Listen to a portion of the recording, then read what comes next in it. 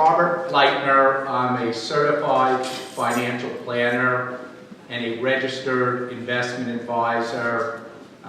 Been specializing since 1982, which I don't know if you remember who was president in 1982, but it was Ronald Reagan.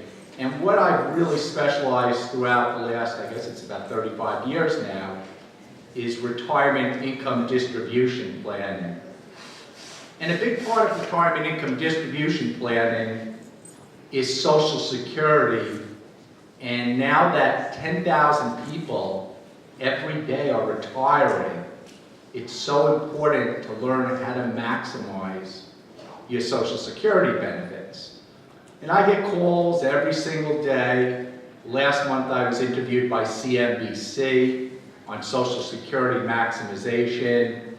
And one of the questions that's frequently asked to me is, how do you get interested in Social Security maximization? You specialize in retirement income distribution.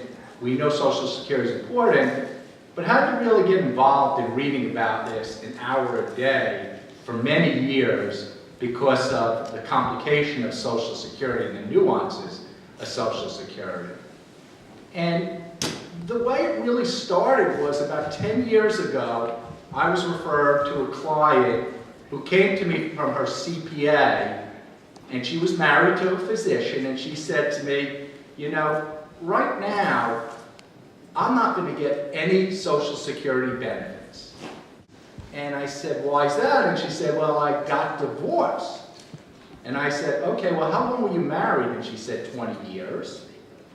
And I said, and how long have you been divorced? And she said, 5 years.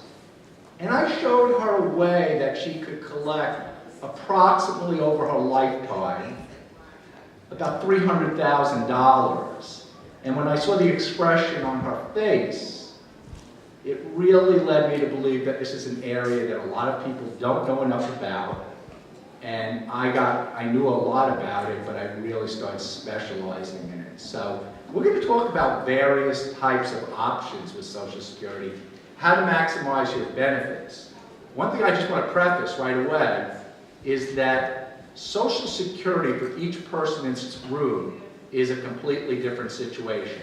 So if you wanted to study how many benefits potentially for spousal benefits, there's 567 different options for spousal benefits.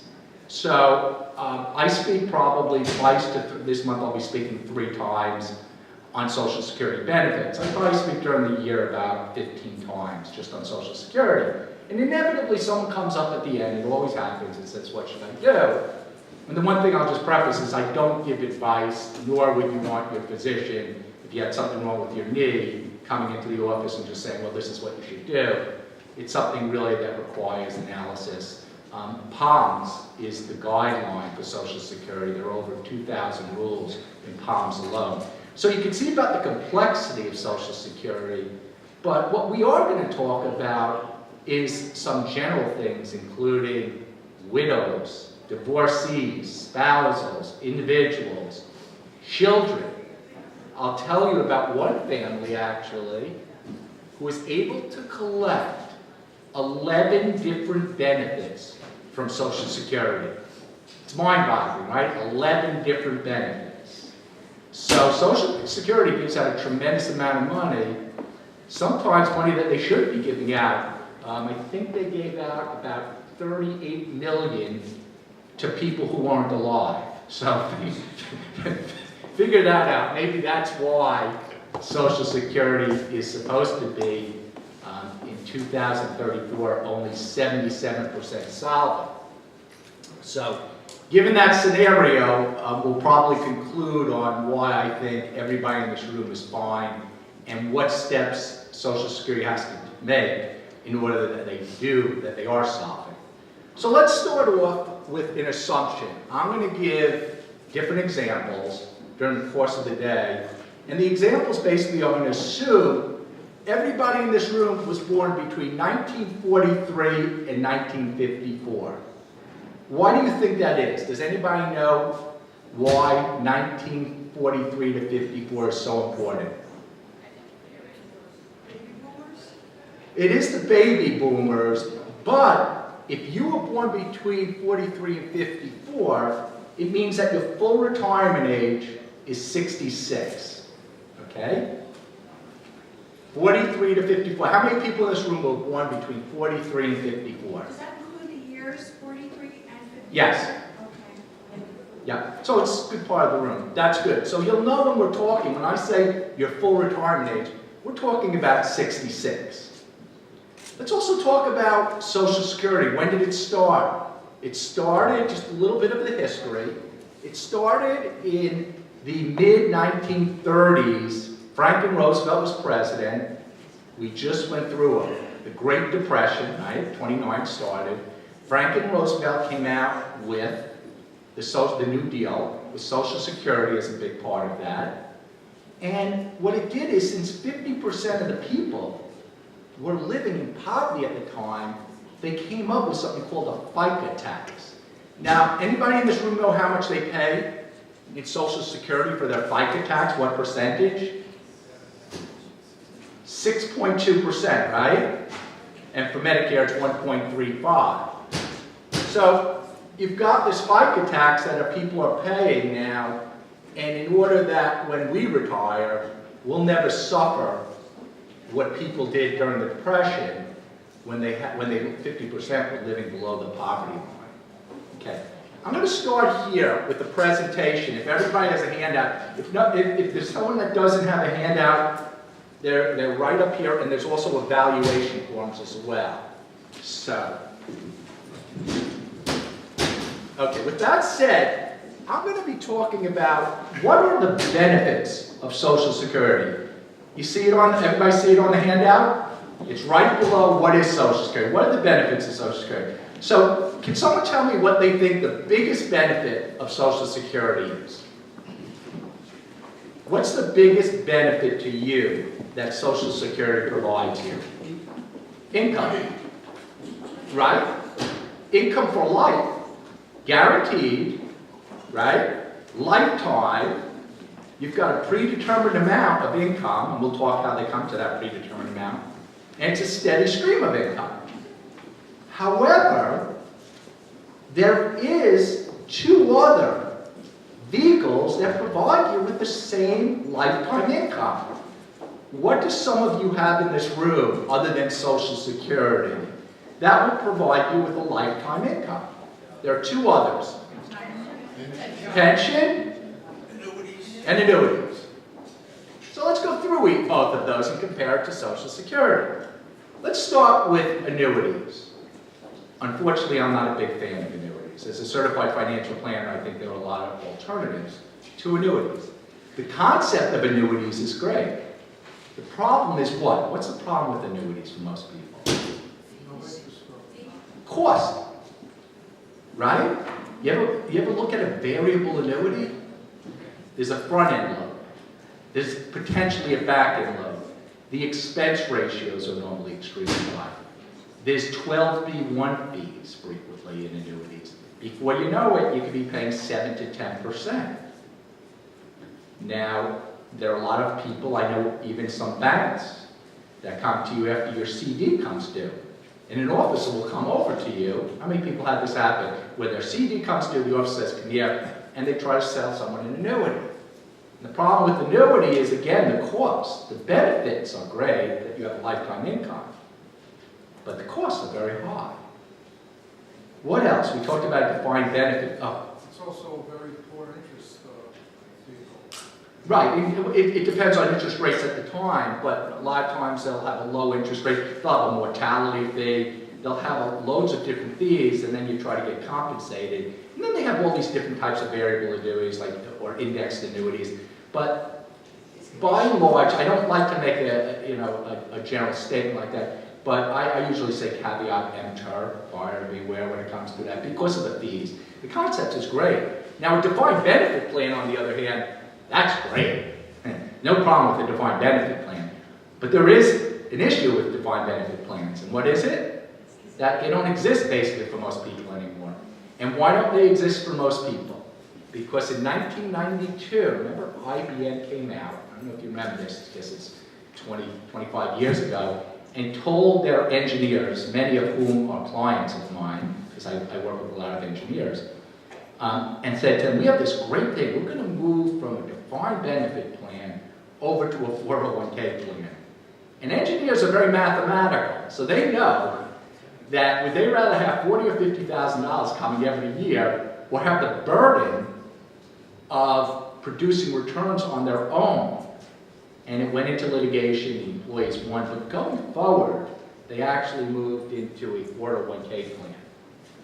So, defined benefit plans, God bless all of you who have it, because it's really wonderful. Matter of fact, if you think about it, someone came up to me and said, you know, I have a client that gets about $100,000 a year, 2 teachers, right? $100,000 a year.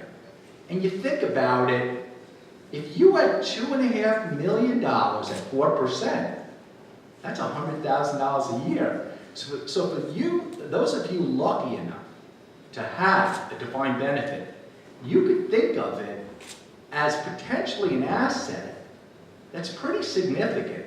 People don't look at it that way, but it is. So that was wonderful, you know, the people that did have the defined benefit plans, as people still do, mostly in the municipality. But let's talk about things that only Social Security has. So if you look on the outline here, it's in bold print. I've written, you see there, it says inflation-adjusted income, spousal benefits, ex-spousal benefits, and survivor benefits, right? And I also included children's benefits. You don't see it there. That would be the 8th one. So inflation-adjusted benefits is great, right? Does your pension provide you with an adjustment every year? No. Annuities don't, but Social Security does. And what's interesting about that is I think about my dad. When my dad retired, his Social Security was about $1,000 a month. But later in his years, it was closer to $2,000. So Social Security has a huge benefit, albeit we haven't had many increases in Social Security recently because interest rates have been so low. But anybody know what the next year's Social Security benefit in terms of increase is going to be? What percent? 2%. 2%. Last year it was 0, and the year before I think it was 0.3%. But on average it's probably been 3 or 4%. You know, over 10 years that's 40%. It's almost a 50% increase. You know, you take it for 13, 14 years. Spousal benefits. Pensions don't offer spousal benefits while you're living. That's the key thing, while you're living. Right? But a spouse is able to get how much? You know what percentage a spouse can get? 50%, right? So if a spouse is at her or his full retirement age, they're entitled to 50% of the benefits. And we'll go into that. What about ex-spouses? Divorcees, right? Divorcees are entitled to benefits. But what are the requirements? Anybody know the requirements for divorcees? Be married 10 years. 10 years. And I'll tell you one other requirement. If you want it so that your spouse doesn't even have to file. Because normally for spousal benefits, one spouse has to open up the record for the other spouse. If you're a divorcee, married for 10 years, but divorced for 2, your spouse doesn't even have to file his benefits. And if you're divorced for less than 2, some people joke around that the spouse might not want to open up his benefits till 70 to be spiteful. But know this, that if you've been married for 10 years and divorced for 2, that's not a requirement. There is one requirement, though, to collect your benefits, right? And that's that you have to be 62 years old. Because that's the minimum age that you can get Social Security. Okay? Any questions so far, Social Security?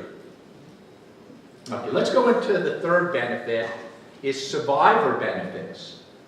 Survivors are able to collect benefits as well. And in terms of survivor benefits, here's the most important thing about survivor benefits. You could collect your benefit or your widow's benefit, you just can't collect them at the same time. So I'm going to show you a strategy where one person is going to maximize, the widow's going to maximize by collecting on one benefit and then deferring another benefit. Okay? So we'll go into that. Social Security, let's talk about how long you have to be working for Social Security. How many years do you have to work to collect Social Security benefits? 5, 10 years? Anybody know? 10 years, right? 40 quarters, and you have to make at least $1,260 each quarter, okay?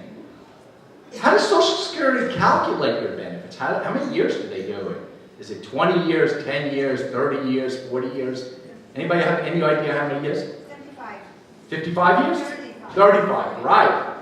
Right, so if it's 35 years, does it make sense just to work 35 years and collect it, right? They collect the highest 35 years. Is there any reason to work more than 35 years? I think there is. Think about it. You started working in your 20s, you were making $20,000, right? Now you're in your 60s making $100,000. Guess what happens when you work that next year? They get rid of the $20,000 and they add the $100,000 to that 35 average. Makes a big difference. How about women? Women who were working and then had children. You work 15 years, woman works 15 years, out of the workforce for 5 or 10, now goes back. She goes back for another 20 years, she's going to collect twice as much as if she didn't go back. So it's very, very important for a lot of women, traditionally women I say, it could be men as well, but I'm talking about going back in the 70s and 80s, where you had a lot of women taking care of the children. Now it could be either spouse. So there are a lot of benefits to continue to work. But let's talk about how to maximize your benefits. That's probably what everybody wants to hear. They want to know, how can I maximize my benefits? And by a show of hands, how many people have not applied for Social Security yet? Okay, great. So it's the majority of the room. When's the earliest that you could collect Social Security benefits? When's the very earliest? 62, right? Unless you're a widow. And a widow you can collect at 60, right? And if if you have a disability, you could collect as early as 50 years old. So 62. But even though 50% of the people collect at 62, there's a problem potentially with that. And what is that problem? The problem is, are you going to get a reduction if you collect at 62? And how much is that reduction going to be? 25%. But what else? There's something else that happens at 62, potentially. There's something else. I'll give you a hint. It has to do with wages. Is there an earnings test? Anybody familiar with the earnings test? Well, here's the situation, and this is very important. If you are earning over $16,920 and you're collecting before your full retirement age, again, we said 66 in this room, remember? So you're somewhere between 62 and 66. For every $2 you make, you have to give back 1 to Social Security. It's a disincentive for you to be able to be working and collecting at the same time. In the year of retirement, they do something different. The penalty is 3 for 1. For every $3 you make, you have to give back 1. And that's for money over $44,480. So everybody follow that? There's an earnings test. You say, I want to collect at 62. And about 40% to 50% of people, they actually collect at 62, 63, 64, and 65. But you're going to collect 25% less. And not only will you collect 25% less, you'll be subject to an earnings test. I'm going to go into the earnings test a little later because it's not as bad as it sounds. You actually get that money, that reduction, back at your full retirement age. But you lose it for the short term. We call it, in economics, it's called the present value of money. The one thing you don't lose or get back is that 25% reduction. So let's say you're going to get $2,000. Let's say you're going to get that at 66. Now how much are you going to get? You're going to get $1,500. But there are reasons why you might want to take early. Remember I said there are 567 different options for a spouse. Why would you want to take early? What would be some reasons to take early? Anybody have any idea why you would want to take Social Security? Need for income. Need for income. You're not even working. You're not subject to the earnings test. You don't have to worry about it. You need income. How about something to do with health? Somebody coming up? Yeah, you're in poor health, right? You don't forget, if you're collecting at 62, it's not all that bad because you're collecting early, but you're collecting more payments, right? If you collect at 62 instead of 66, you're collecting, what, 48 more months of payment. So if you're not healthy, if your parents didn't live, let's say they lived till 72 and 74, respectively, well, maybe you want to collect early. You don't have the best of genes, maybe. Like this woman said here, maybe you have a low income or you're not working. And the fourth reason is very interesting. Children's benefits. Do you know that someone actually who is working or is 66, could be working, it doesn't make a difference as long as they file, if they have children under 18, the children are entitled to benefits. 50% benefits. Isn't that incredible? So Alec Baldwin, who's married right now, right, has kids under 18. His kids could collect 50% of his Social Security benefits.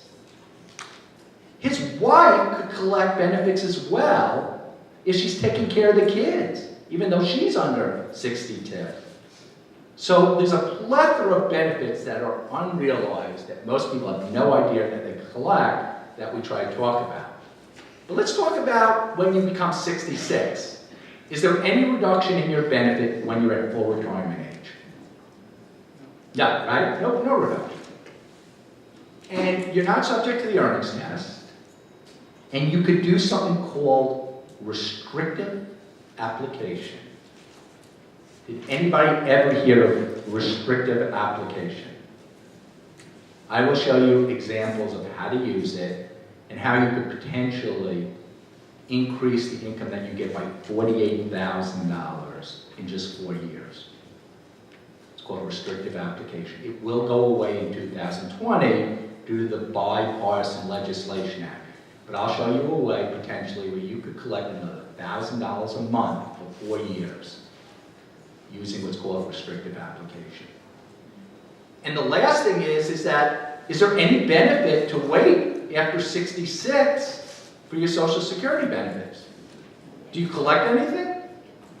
More money, how much more? 8% a year, 32% over 4 years, right? So think about it. Remember I said 62? 62, one person collects their benefits, someone else collects at 70. The person that's collecting 70 is getting 76% more than the person collecting at 62. Kind of interesting, right?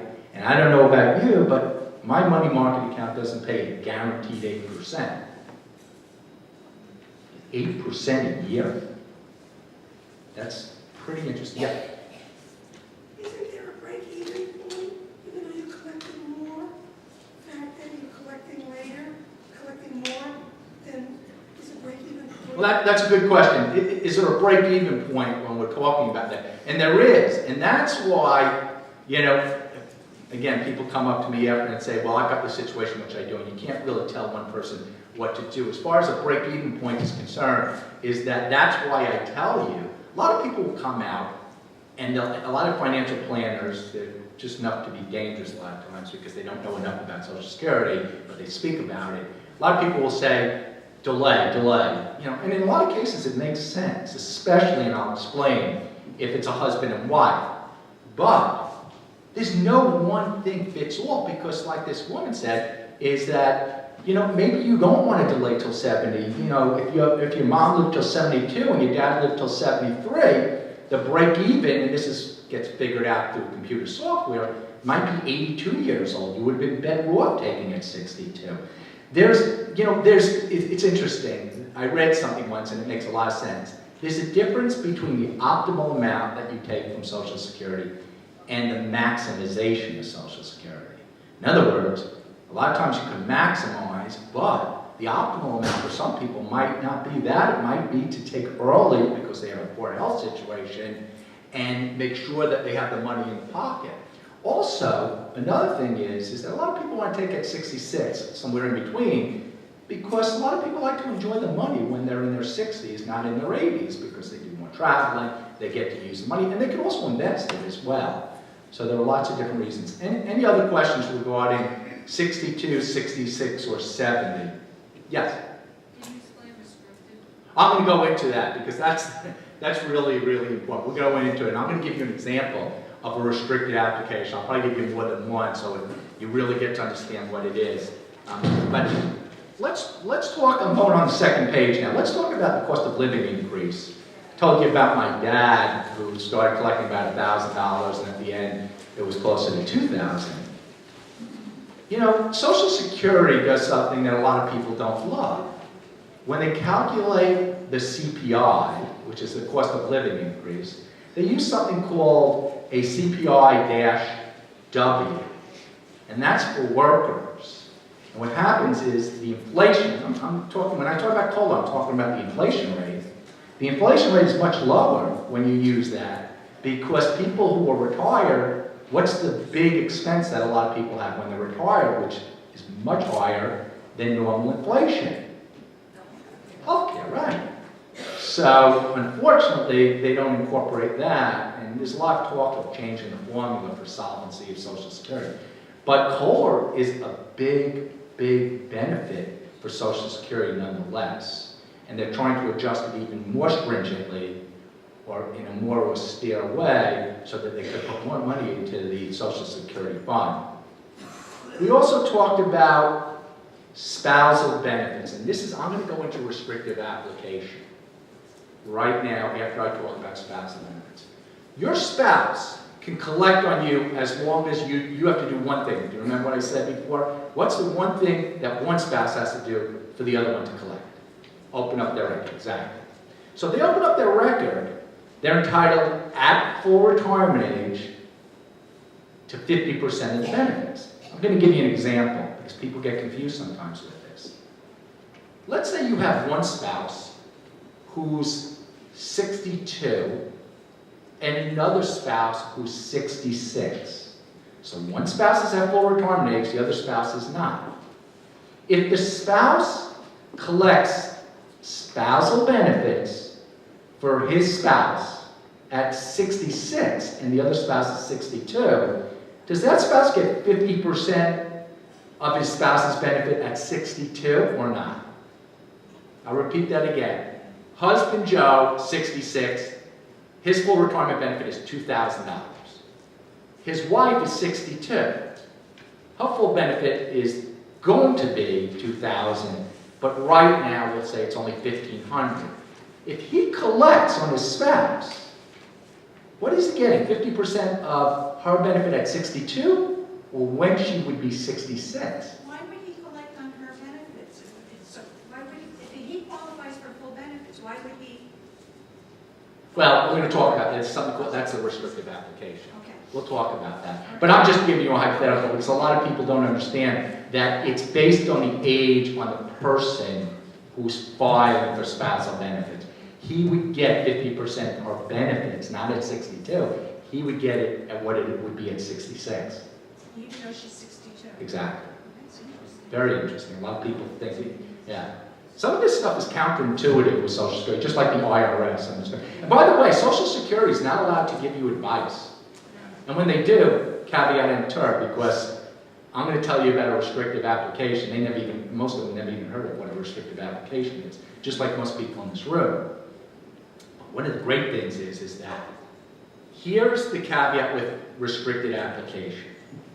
You have to have been born before 1954 to take advantage of restricted application. Due to the bipartisan legislation act that came about in 2015 very abruptly, they did away with something called file and suspend. They did away with that almost immediately. And they let restrictive act work till 2020. So just think, if you were born before 1954, you can use it. If not, you can't. Let me tell you how restrictive application works. Okay. You've got a couple, and we're going to assume both of them have worked and done very well over their lifetime. So we're going to assume they both have a full retirement benefit of $2,000, right? The husband still wants to work. The wife says, you know what, I'm going to take it easy, I'm done working, I don't like what I did, I'm going to retire. So what happens is that the wife retires, she starts taking her $2,000 benefit monthly, right? She's allowed to, no reduction at all. She's 66. The husband says, you know what, I heard about this thing called a restricted application. Can I do that? And let's assume that they're doing it now and he's 66. He could tell Social Security, and I go with a lot of my clients because people don't really understand Social Security, what a restrictive act is. What the husband's doing, I was saying, I don't want to retire, but I want spousal benefits now. Don't pay me my benefits, I don't want them. Why doesn't the husband want his benefits? Anybody have any idea? He wants to take it till 70, like grow at 8%. 32% more, he's going to get $2,640. And guess what's happening while he's letting his benefits grow at 8%? He's getting $1,000 a month. $48,000 collecting benefits, while the wife is collecting her own benefits at $2,000. So they're collecting $3,000 a month, and then eventually he's going to collect $2,640, not $2,000 because I've waited, and she's going to still continue to get her benefits. Everybody understand that? It's just a way of piggybacking off the other spouse while your benefits grow at 8% a year. Too good to be true, right? It was. Yeah. Do both partners have to be working at that point? No, not at all. No one has to be working. It's not a requirement. Now, in this particular case, the husband continues to work, so he doesn't really need the benefits. That's the whole idea behind it. But he's also getting 8% per year. 32%. It's $2,640 instead of $2,000. So now, here's the big thing. The wife, when you're single, it's very different than when you're husband and wife. Single is a lot easier to figure out in terms of Social Security. It's much more simpler. When you have a husband and wife, it's a little more complicated. I'll give you an example. Let's say you have a husband and he's 66. He's not in the greatest health. And the wife is in very good health. And a lot of times the husband passes away first. Do you think there's any benefit to the husband, who's the unhealthy spouse, to delay his benefits? Is there any reason to do that? There is. Any guess? The reason is he's creating an insurance policy for his wife. So let's take that scenario. Husband 66, wife is 66. Husband is, mother lived till 72, father lived till 73. But he still decides to delay his benefits. And he does that because what happens if the wife lives to 93? What happens to the wife's benefits? She gets the higher benefit, right? The widow gets the higher benefit, the highest of the two. What has happened? He's created an insurance policy for his wife. His wife might live 20 more years than him. Everybody understand that? It's an insurance policy. Again, I'm not advocating anything. I'm trying to give you as much information. It's really food for thought. So you might look at your situation and say, oh, I didn't know this was an option. Especially with restrictive act, if you have one between 54, that is a possibility. It's not always the right thing to do. So let me tell you what happens when you go into Social Security. And you talk to them and you say, you know what? I'd like to follow a restrictive act. And you explain it to them because a lot of times they don't understand. They get their supervisor. The supervisor doesn't understand. You can get some really good, on the phone it's very difficult to get good people. If you go to your local office, it's a little better, but they're not allowed to give you advice. However, some of them do. And often what they'll say to you is, you don't want to restrict your application. Your benefit is higher. Take the higher benefit. They don't understand the concept, do they? The concept is you are taking a higher benefit, but you're taking it at 70, and you're letting your spouse, in this case the wife, give you $48,000 of her money, her Social Security, and subsidize it while you get 8%. That's some heck of a deal, isn't it? And Social Security knows that. And they know that in 2034, they're probably going to go, they'll be about 77% solvent, so they have to do some things about that. Any questions on restricted that way? So what you're saying in this scenario is the husband is not filing an application on his benefits, but file an application on hers. Right. And she, in turn, will benefit from his Social Security because he didn't file on his. Exactly. After he's gone. That's right. Got it. Not only after he's gone, but even while he's living. Right. Right, yeah. Right. You said it'll be eliminated in 2020. If Correct. you're already involved in this, is it grandfathered in, or does it stop at 2020? At 2020, it stops. There's no more restricted application. But the key thing to think about, forget about 2020. But if you've done it already, Oh, if you're done already, you're fine. You're fine. There's no problem. Yeah, yeah. The way to think about restrictive application is very simple. If you're born, if you're done already, you're fine, obviously. But if you were born before 1954, you can still do it. That's the cutoff date. Is it better for him to take on her or for her to take on his? That depends on the situation, depends on the income. There's a lot of different variables to that. Yeah. The restricted application is not the same as deferring the benefits, which you had mentioned earlier, or is that the same thing? No, that's different. Restrictive application is more, think of it more like getting a spousal benefit. And delay is getting the 8%. So you're talking about two different things, but this combination creates that scenario. So the delay, the husband delays, that's the 8%. And what he does is, in the meantime, he restricts his application to his wife, who needs to open up her application. If she does, remember, she's taking it. She doesn't want it work anymore. She opens up the application. You've got a windfall of money coming to you. What is the maximum that you can get for Social Security? Maximum is, I think, 2,640, 2,740 if you put in the max over 35 years. But if you go till 70, I think it's about 3,250 maybe, somewhere around that. Yeah. Yep. Can you collect on your own Social Security and then at a later point collect on your, not collect on yours and collect on an ex-spouse if he's making so much more money? That's a good question, actually. Collect on your own and then later on collect on your spouse. I know you can't collect at the same time. You can't collect at the same time. You can actually. You could do something, and I'm not going to go into very much detail. I can talk to you guys later. And you have my, actually, you know what I'm going to do? I'm going to pass this out too. Hold on one sec. Let me see how to get out of here. If anybody's, I'm going to pass this trifold around. If anybody's interested, just shoot me an email. It will explain a lot. So if you just pass it around, if anybody's interested, feel free. I think this is on your, I think it's on your handout too. Yeah, my email. Where can we get, What I'll do actually where is, can we get one of these to keep? that's what, if you give me your email address, I'll be able to do it. Yeah, so it's a good piece of information. But let me answer your question, okay? Your question, what you could do is there's something called a deemed filing. And a deemed filing is, let's say you collected early. And if you collect before 66,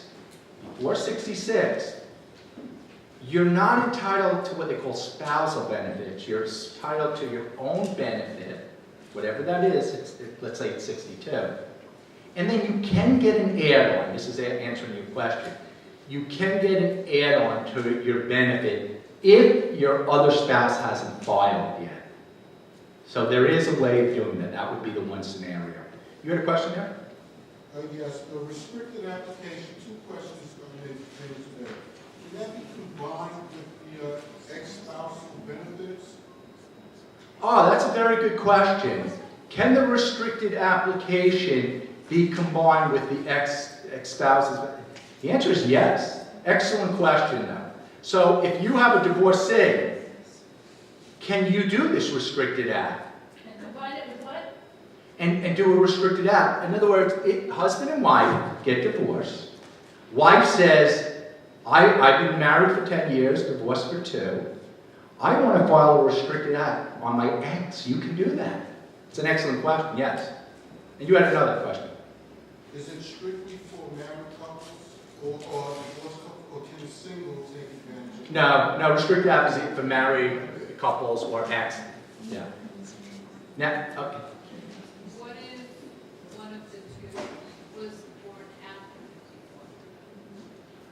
Okay, so the person who was born after 54 could not file a restricted act, but the person that was born before 54 can. That's also a good question, if there's a differentiation. What about 54? 54? It has to be before 54. Yeah. It's, you know, I know a lot of people get upset. You know, and by the way, this isn't always the proper strategy. None of these is always the proper. It's not like, well, this is the one I, you know, everybody gets, no, I should have done this. I can give you many scenarios where you shouldn't be doing a restrictive act. So don't think because you were born at 55, you missed the goal line necessarily. There are a lot of different opportunities. One of them, you know, we didn't talk about widow benefits too. Widow benefits, I'll tell you a strategy that sometimes makes sense. You're entitled to 2 benefits as a widow. You're entitled to your own, and you're entitled to widow benefits, right? It usually makes sense, but not all the time, to take the smaller benefit first and let the other one grow. And widows can take their benefit as early as 60. If they take it at 60, it's 71.5% of the benefit instead of 100%. So let's say you were the big breadwinner, your husband didn't make as much. He passes away. You might want to think of taking his benefit early, right, the widow benefit early, and letting yours grow to 70. That's another way of potentially being subsidized while a higher benefit grows. Any questions? Okay, so those are the widow benefits. How about Social Security? Is Social Security taxed? Yeah, it is. We all know that. And when it is taxed, it's pretty easy to tax it. And what I mean by that is, Social Security doesn't have a cost of living increase. And what I'm talking about that is the taxation of it. So when I tell you, if you make over $32,000, you're going to be taxed on a joint return. That $32,000 hasn't changed for years. So pretty soon, people making a minimum wage and on Social Security will pay taxes. They purposely did that. I mean, it's crazy that it's not indexed for inflation. And what I'm saying is that eventually everybody's going to be taxed. You have a question? Does the benefits grow because a person continues working because they're waiting to be older? What is that? I'm sorry, about? If you wait, does the benefit grow because you continue to work or because the time passes and you're older? It's because Social Security is not paying you currently. So they're able to defer it. When you defer it, they can give you a larger Does it amount. matter if you continue to work when No, it doesn't make a difference. But as far as the taxation is concerned, if you're making over $32,000, 50% of your Social Security is going to be taxable. It's kind of interesting. If you make over $44,000, 85% of it's taxable. What do they figure for the tax? What do they figure? What do they use? They use your adjusted gross income, half of your Social Security benefits, and the third thing they use is any tax-free income. All of that gets combined into the Social Security. Pretty easy to get taxed. And you know, I told you I thought Social Security will be fine. And the reason why I told you why it's going to be fine, I'm going to give you 5 reasons why, or what Social Security could do to make this completely solvent. Sometimes only 1 of the 5 could make it solvent. One is, remember what the Fica Tax is? It's 6.2%. They could increase that, right? And there's been talk about that. The most recent talk, this was Hillary Clinton talking, if she would have won, she wanted to increase the amount. What are you taxed up to on Social Security? If you have a check, eventually it's not being taxed anymore by Social Security. Does anybody have any idea what that number is?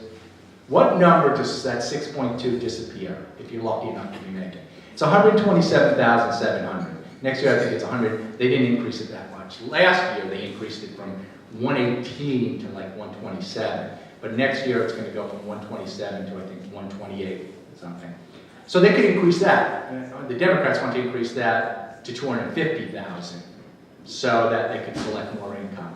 What about, so we got the 6.2, what about taxing Social Security 100%, no matter how much? You're taxed at 100% instead of 85 or 50%. That's a possibility. Changing the cost of living income formula. That's a possibility. And the last possibility is changing how they figure out the formula for Social Security. I want to close with something very, very important. Yeah? What if you left the state of New York and went to like South Carolina? The tax is your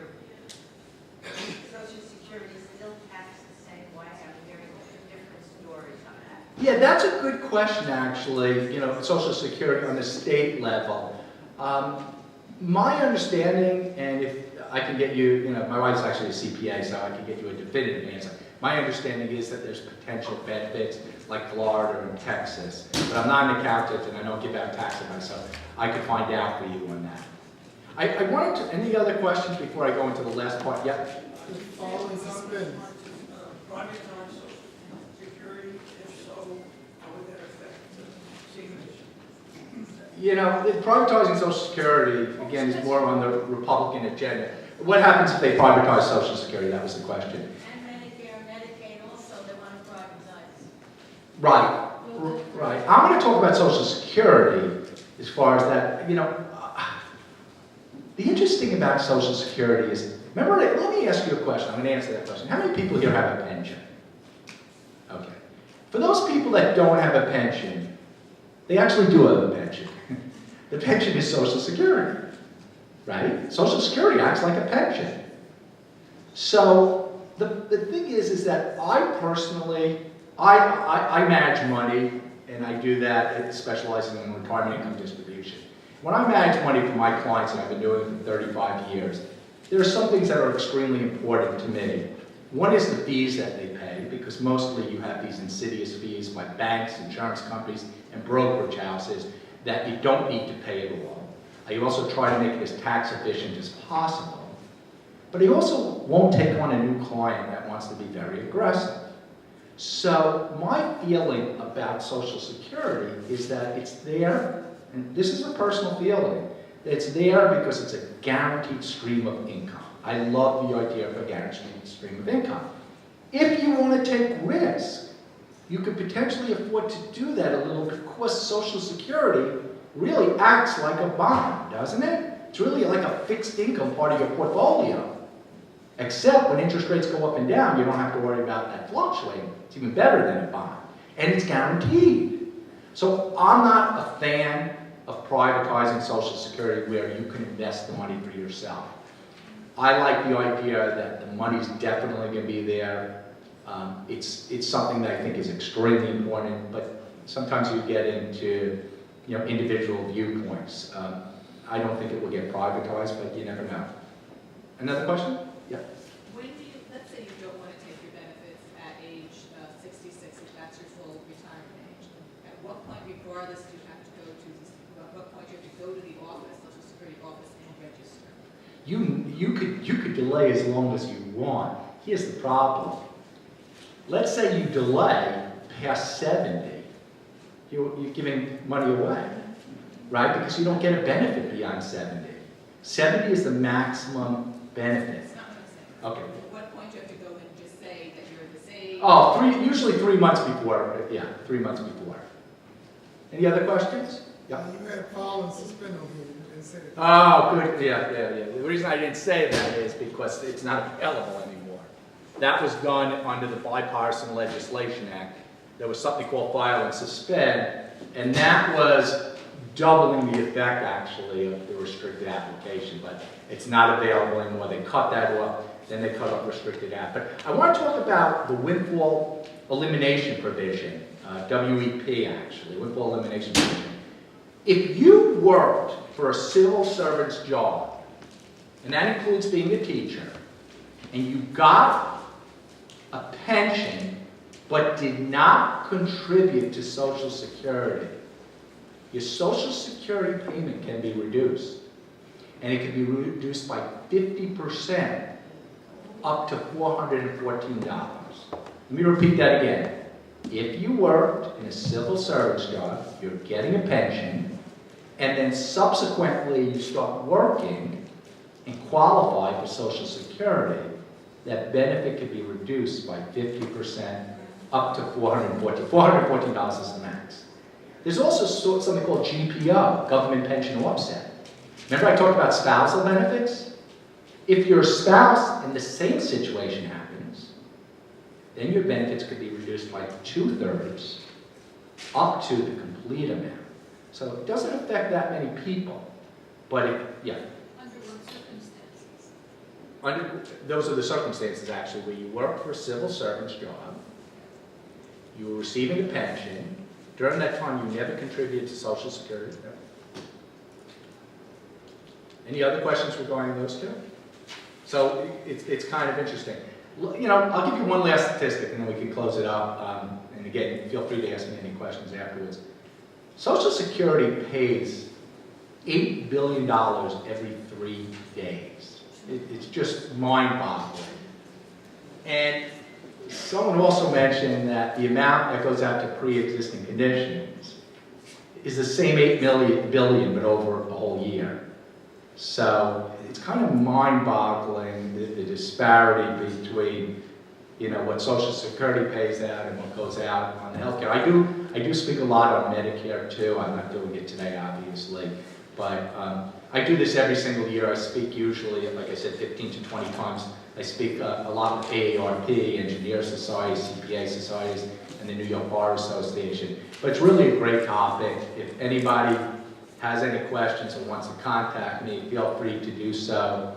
But I think another session starting last year when I did this session, I went over and it wasn't great. So I don't want to do that to the next president or something. Thank you so much. I appreciate it. And if you could just fill out the evaluation forms, that would be great.